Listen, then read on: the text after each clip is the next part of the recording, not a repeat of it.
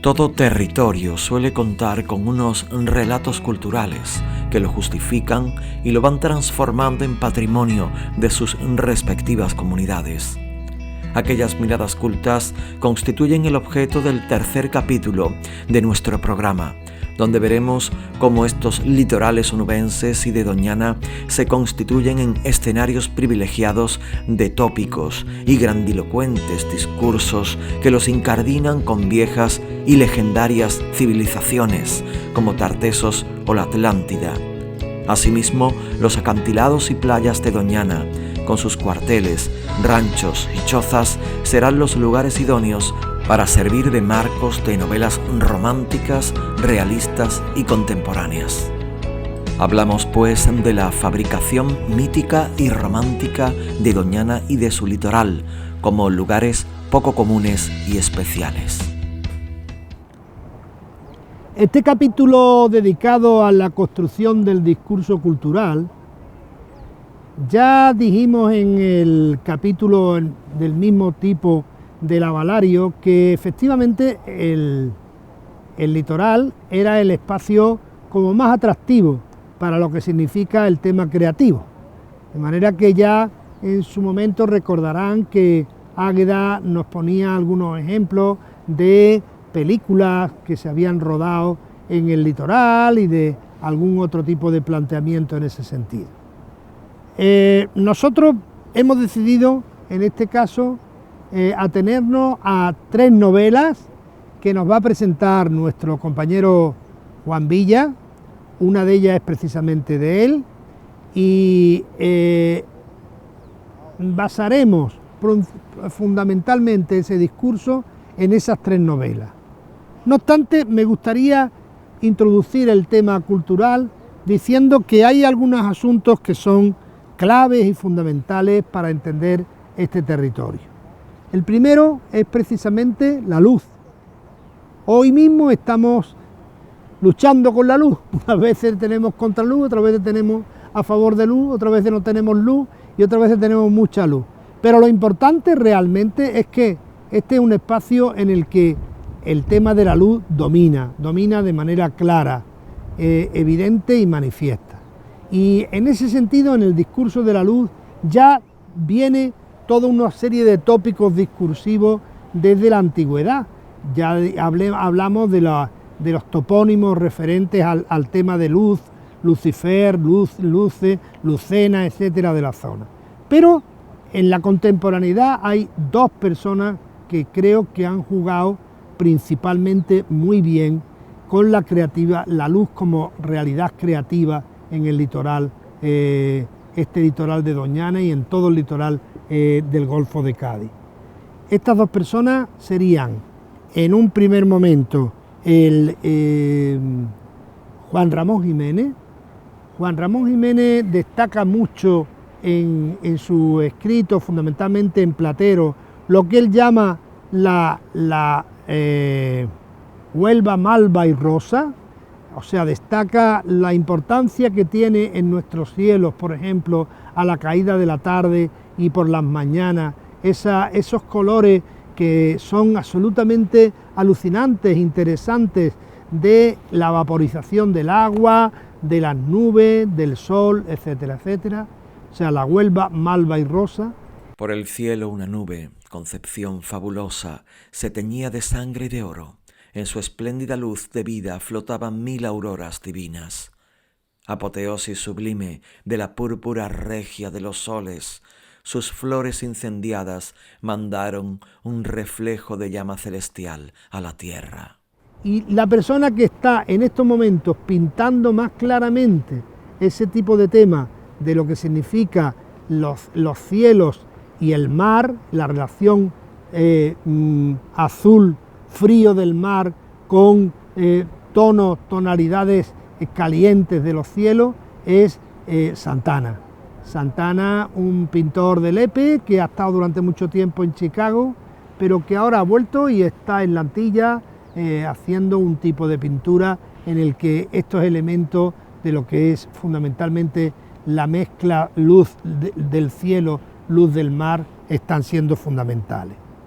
Aparte de eso, hay otro asunto que es importante y interesante, que es considerar la playa, el espacio litoral, es considerado en los pueblos del interior, que están a cierta distancia, como una especie de sitio al que se llegaba en plan de rito de paso, en plan de rito de evolución temporal en la vida de un hombre.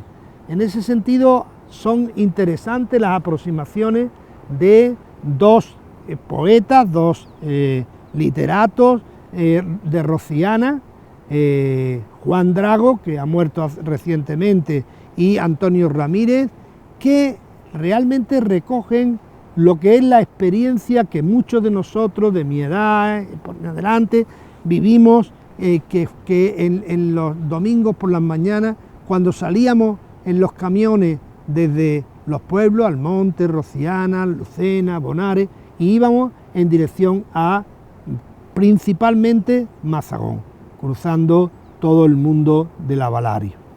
Todos los años, desde los albores de mi infancia hasta los de la adolescencia, cada verano partíamos de mi Rociana natal sobre la carrocería descubierta de un camión al alba y atravesando primero el pueblo dormido, más tarde las viñas salpicadas de olivos y frutales, nos encauzábamos por el camino más hermoso y cargado de símbolos de mi tierra.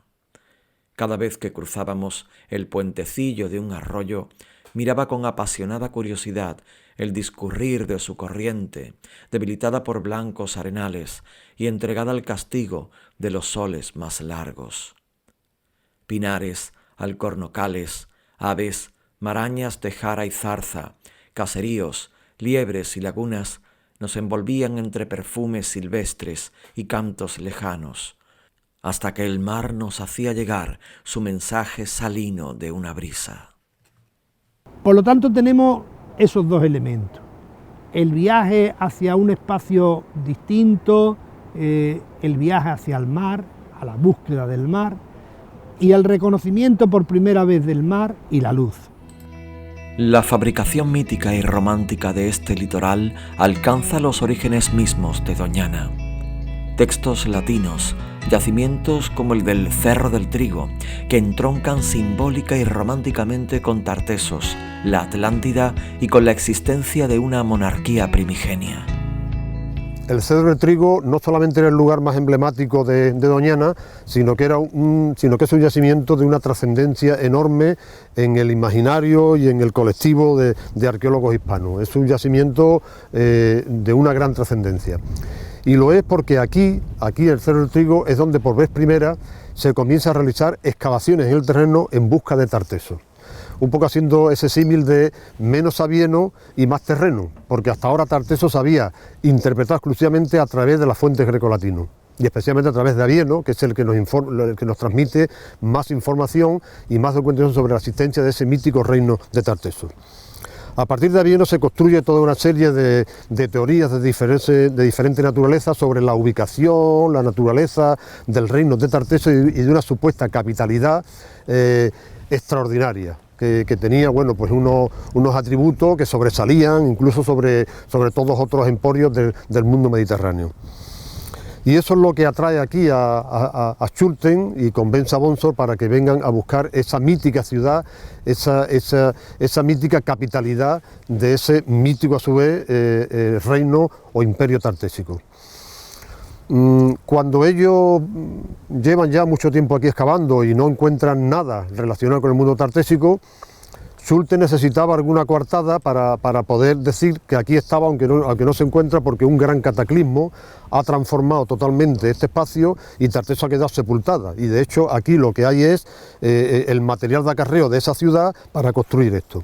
Entonces Schulten se agarra como un clavo ardiendo a la aparición de un anillo que tiene una inscripción griega. Una inscripción griega que dice algo así como posesor, sea feliz. Es una cosa profiláctica, ¿no?, que de protección al viajero.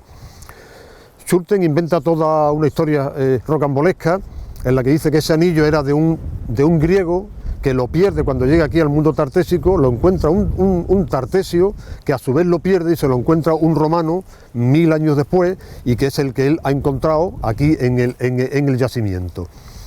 Con eso trata de explicar que aquí estamos ante Tarteso.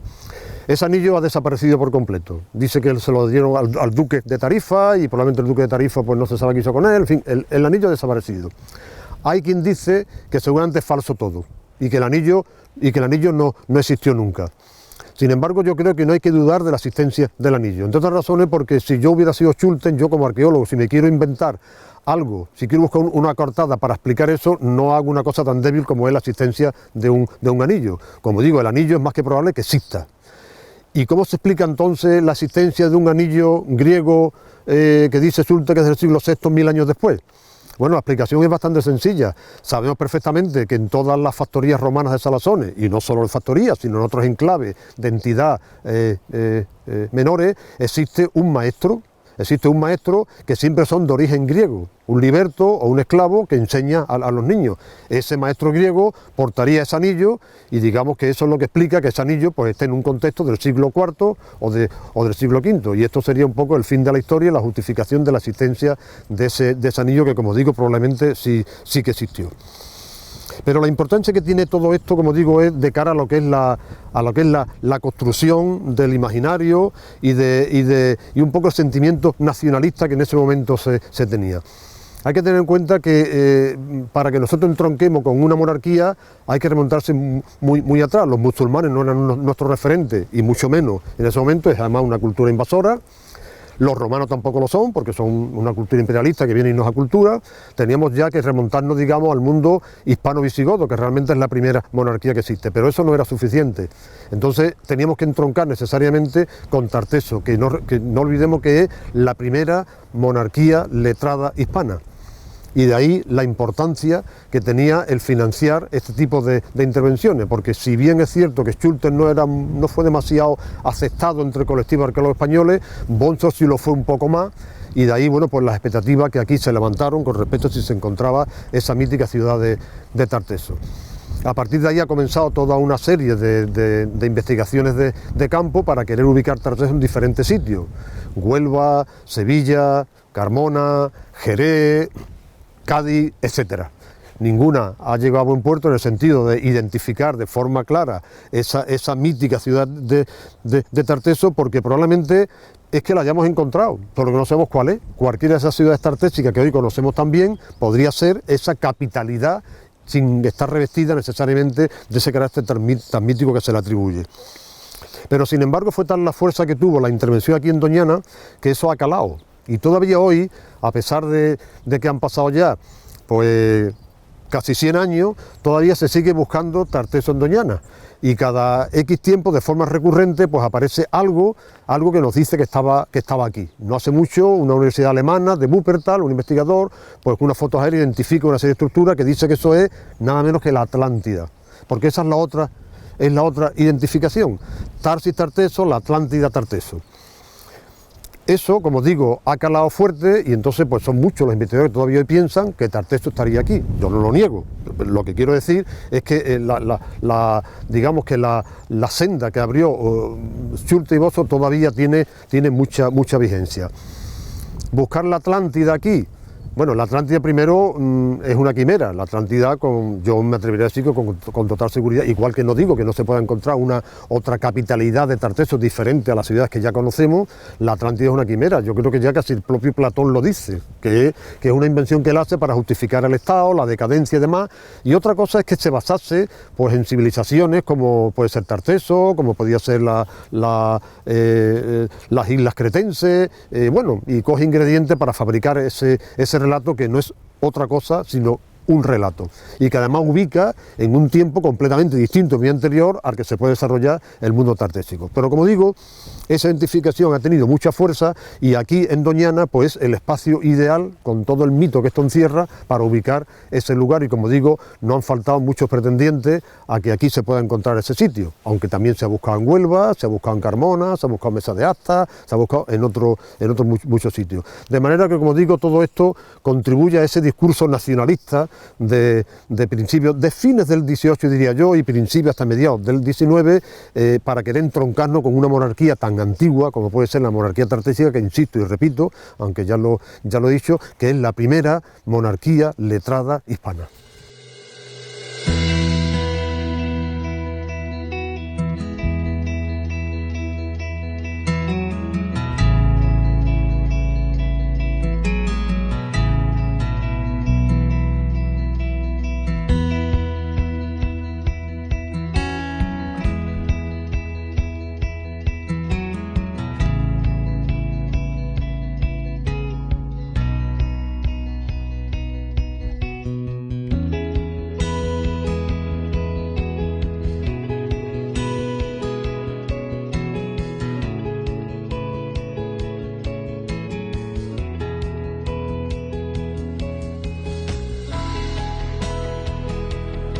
miradas literarias que inciden en tópicos como la luz y el camino para conocer el mar, que se detienen en el veraneo tradicional, la dureza de la vida en los cuarteles del litoral o Malandar como un lugar periférico y de castigo.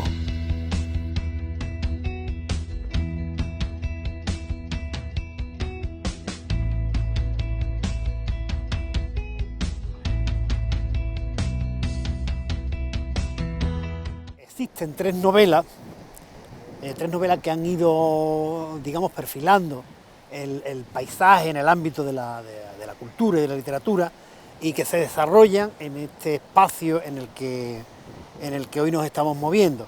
La primera de las novelas es una novela que se desarrolla en el Asperillo, se llama Peor que descalzos, de Manfredi Cano, una novela de los años 60. Luego estaría una novela que escribí yo mismo, en 2009 se publicó, y es el Año de Malandar, y una tercera novela, Frente al mar, que se desarrolla justamente aquí, y es de la que vamos a hablar ahora. Frente al mar es una novela de José López Pinillo, Pármeno, que firmaba, y que se publicó en 1907, justamente el mismo año en que se hace el cuartel de carabineros que tenemos a nuestra espalda. López Pinillo era un sevillano, periodista sevillano y novelista, escritor, que se casó con una mujer de Carrión de los Céspedes, y supongo que esta es la razón por la cual conocía especialmente este lugar, y me imagino que veraneó en más de una ocasión, y que en un momento dado él traslada a la literatura. Y como decía, esta novela aparece en El Cuento Semanal en 1907. El Cuento Semanal era una editorial de prestigio en la que en aquellos momentos editaban los escritores de más empaque de España, y ahí aparece Frente al mar. Frente al mar cuenta la historia de un matrimonio sin hijos, que viene a veranear, viene a pasar el verano en este lugar, en Matalascaña, que se alquila un chozo, que es lo que, en fin, es donde se veraneaba, es lo que se construía, Y bueno, la historia es una historia bastante trágica, una historia bastante terrible. Este hombre, este escritor, López Pinillo, se mueve en el ámbito del naturalismo, en fin, una línea en la que se describen unos mundos muy agresivos, muy terribles.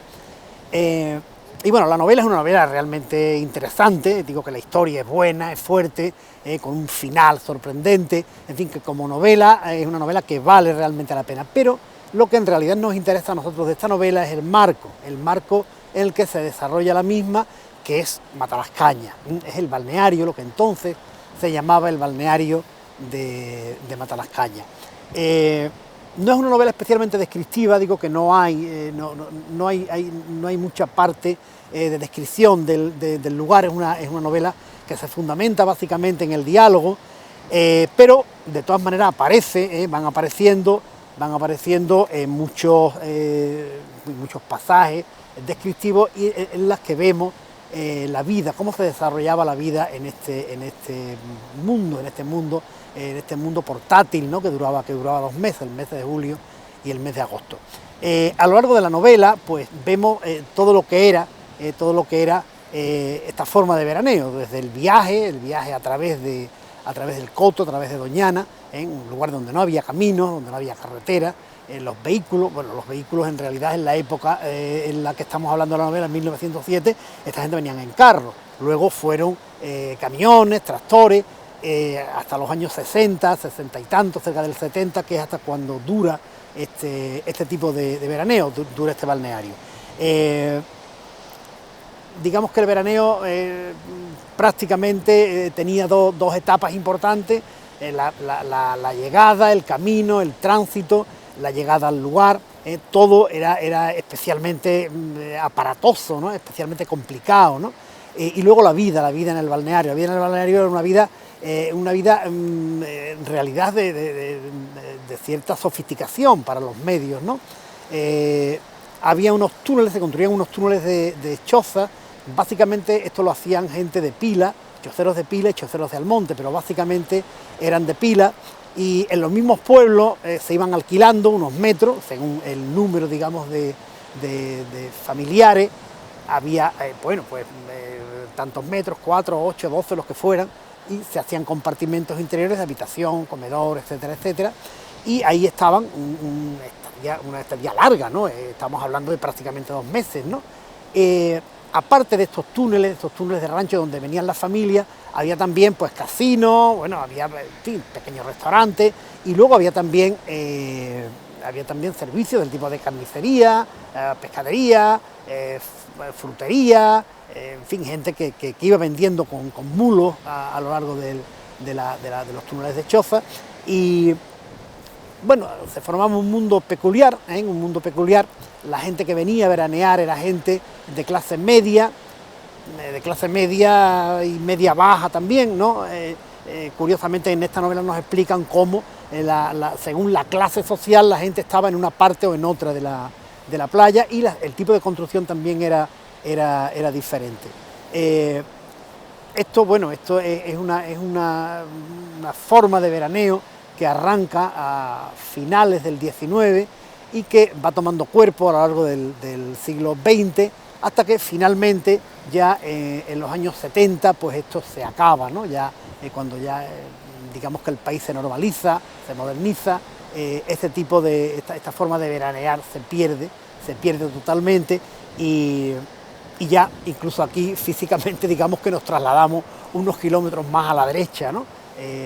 Torre, la playa que hoy se le llama Playa de Matalascañas, Torre La Higuera, o La Higuerita se le llamaba entonces. En los años en que estamos hablando, pues allí no existía absolutamente nada.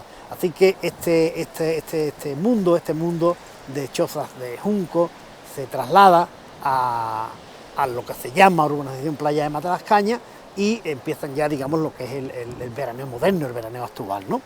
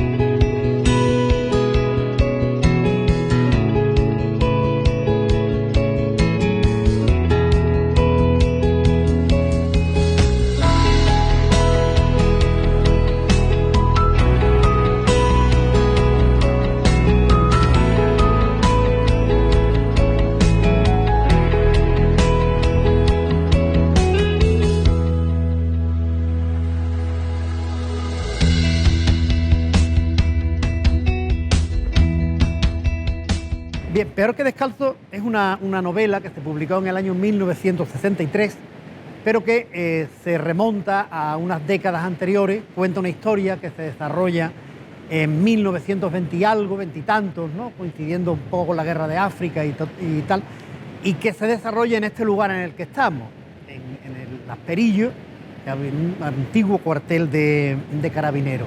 El autor de esta novela, Domingo Manfredi, es un escritor, novelista y teórico del flamenco, y es lo que más nos interesa, hijo de un carabinero que pasó parte de su vida aquí, y que él mismo parece que nació cuando el padre servía en estas playas, ¿no?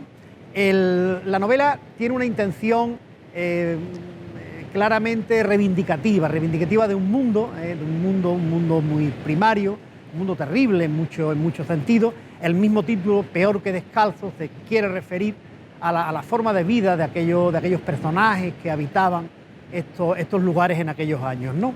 Como digo, la intención, creo que es fundamental, de este hombre, rescatar estas vidas, rescatar estas personas, intentar que no lo devore el olvido.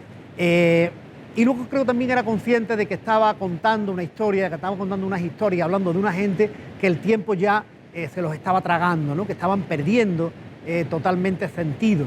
La novela se estructura a partir de una serie de capítulos. Cada capítulo lleva por título el nombre de un oficio o el nombre de una persona concreta, y así es una forma aparentemente sencilla, pero tiene cierta complejidad y cierto interés, ¿no? Al final de esta historia, con lo que nos venimos a quedar es con la realidad de un mundo totalmente insólito, totalmente raro, un mundo que ahora es inconcebible y que ahora que estamos en este lugar y lo vemos como un desierto absolutamente, no nos podemos imaginar la tragedia de aquellas vidas, ¿no? Y aquellas formas de mantener de alguna forma este lugar, ¿no? Los carabineros eran los cancerberos de Hacienda, estaban aquí, no eran digamos una fuerza de defensa, eran una fuerza de control, ¿no? de las costas, y se dedicaban básicamente al control de cualquier tipo de productos que entraran y salieran por esta zona, y que, en fin, la vida que llevaban en este lugar, un lugar donde no llegaban caminos, totalmente aislados, vivían en chozos. En este punto concretamente, en el cuartel de Las Perillos, había un teniente, en este había un cabo y una serie de guardias con sus familias. Habría un total de unos 20 o 25 personas viviendo o malviviendo, prácticamente como si estuvieran en una isla del Pacífico, ¿no? Totalmente al margen del mundo, ¿no? Así que esta novela, creo que con esta novela lo que consigue es mantener en la memoria todo un mundo perdido y además inimaginable en estos momentos, ¿no? Y quizás la grandeza fundamental, en algunos aspectos esta novela está ya un poco quemada por los tiempos, pero que esto lo sigue manteniendo, ¿no? El haber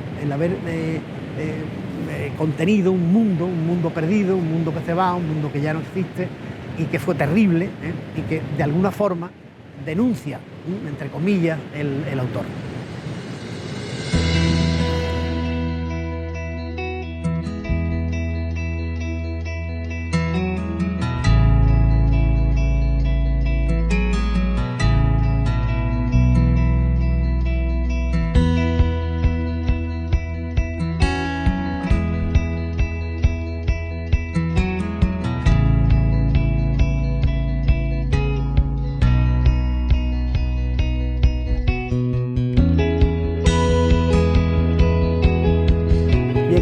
El año de Balandar es una novela que publiqué en el año 2009 y que cuenta la historia de un teniente de carabinero que tiene un conflicto. Este teniente de carabinero está destinado en Madrid y tiene un conflicto con un superior. Hay un juicio y lo castigan a pasar un año en este cuartel, en las playas de Castilla. Las playas de esta zona fueron siempre consideradas dentro del cuerpo de carabineros como playas de castigo, y este hombre, por tanto, viene aquí a pasar un año al cuartel de Punta Balandar. El año concreto en el que este hombre viene es 1930. 1930 es el año de la dicta blanda, es el año que antecede a la proclamación de la República, un año muy conflictivo en España y muy importante también, aunque muy olvidado. Y la novela pretende contar, por una parte, este año conflictivo, en este año en el que van sucediendo una serie de cuestiones que llevan ya finalmente en abril a que nazca la Segunda República, y por otra parte el mundo de Doñana, el mundo de aquí. Desde el punto de vista técnico, estas historias se cuentan, la historia de Doñana se cuenta a partir de un diario, el diario que lleva este teniente aquí, en el año que está viviendo aquí, y la parte de Madrid, la evolución histórica de España en este año, se cuenta a partir de cartas. Hay una amiga del teniente de carabinero que vive en Madrid, que tiene implicaciones, en fin, vive en un mundo muy cercano a la política del momento, y esta mujer le va contando qué es lo que está sucediendo en Madrid en aquellos momentos. El diario y las cartas se van mezclando, de manera que al final la novela termina unos días antes de las elecciones del 14 de abril, y ya al final, pues, bueno, está pretendido contar estas dos historias paralelas. Funcionan como contraste. El mundo de Madrid en este momento es un mundo progresista, un mundo moderno, es un mundo muy europeo, por lo menos con aspiraciones europeas, y el mundo de Doñana es un mundo arcaico, un mundo antiguo, un mundo estático, y este juego de contraste es el que se desarrolla a lo largo de toda la novela. Lo que nos interesa a nosotros en este momento y por el contexto en el que estamos hablando y estamos comentando esta novela es la parte, lógicamente, de Doñana, la parte en la que a partir del diario del teniente se van contando las formas de vida, se van hablando de los personajes que viven aquí, cómo viven. Él además tiene un romance en paralelo con una mujer que también es una especie de metáfora de la misma Doñana. Habla de los guardas, habla de los carboneros, va dándole un repaso un poco a lo que es toda esta vida, y finalmente, bueno, pues este hombre se va de aquí, pero nos deja su diario y nos mantiene estas formas de vida que de otra manera pues no hubiéramos podido acceder a ellas, ¿no? Así que esto es lo que con esta novela pretendo básicamente contar.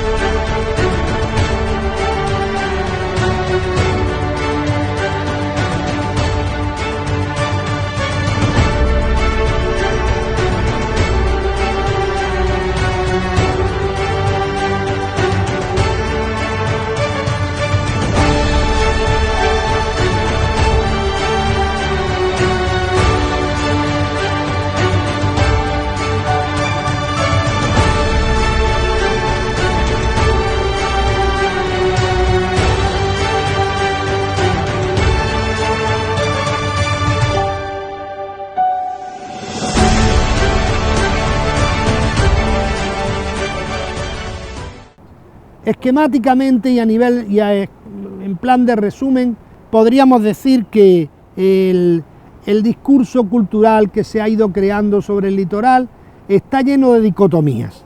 O sea, del litoral se destaca, por una parte, la dureza de la vida de la gente en este sitio, un espacio duro, un espacio absolutamente vacío, en el que vivir era duro, y por otro lado, el placer, que significaba gozar de este territorio, de esta maravilla de las playas en el verano. La dureza y el placer. Otra dicotomía era la belleza que daba el mar, todas estas playas, y por otra parte, a su vez, el miedo que producían las tormentas, las tempestades, los naufragios. Por otra parte, otra dicotomía sería los recursos. Aquí se pescaba, estaban las ávegas, estaban anteriormente las almadrabas de los atunes, en fin, había pesca, había muchos recursos del mar que ofrecía el mar, pero a su vez también la esclavitud, el trabajo de gente en esas tareas que venían y que se refugiaban aquí y eran tratados de una manera bastante como siervos, como esclavos. Y por otro lado, otro elemento también interesante es que este espacio subyuga, este espacio atrae a la gente y los deja aquí inmersos en un mundo salvaje, y muchos de los, por ejemplo, de los playeros que terminaron viviendo en esta zona habían sido antes, por ejemplo, carabineros, habían sido antes guardias civiles, y terminan al final siendo personas que se adaptan a esta maresía, a esta dureza de este mundo. Desde el punto de vista, diríamos ya más creativo y contemporáneo, podríamos decir que hay dos tipos de miradas totalmente diferentes, depende de dónde se mire. Si este litoral se mira desde el norte, desde lo que es exactamente los pueblos, Almonte, Rociana, Bollullo, los pueblos del condado, los pueblos de las Jarafes, entonces se ve como un espacio, un marco humano interesante, se interesa mucho la realidad, la presencia de lo humano, el viaje, la llegada aquí, el veraneo, etcétera, etcétera. Y en eso juegan un papel clave la literatura de Juan Villa, con sus distintas novelas, y la pintura de Daniel Bilbao, principalmente. Pero si se mira desde el litoral, desde la zona de Cádiz, desde Sanlúcar, que está allí enfrente, desde Sanlúcar esto se conoce como la otra banda, el otro espacio. El Guadalquivir, que podría considerarse casi como un camino de cercanía, no, es una frontera bastante marcada y es el otro espacio. Entonces allí le llaman la otra banda. Como la otra banda, miran este litoral de Doñana, lo miran Caballero Bonal principalmente y Carmen Lafón. Los dos tienen una mirada onírica, idealista, naturalística, no le interesa lo humano tanto como en el caso de la mirada desde esta banda.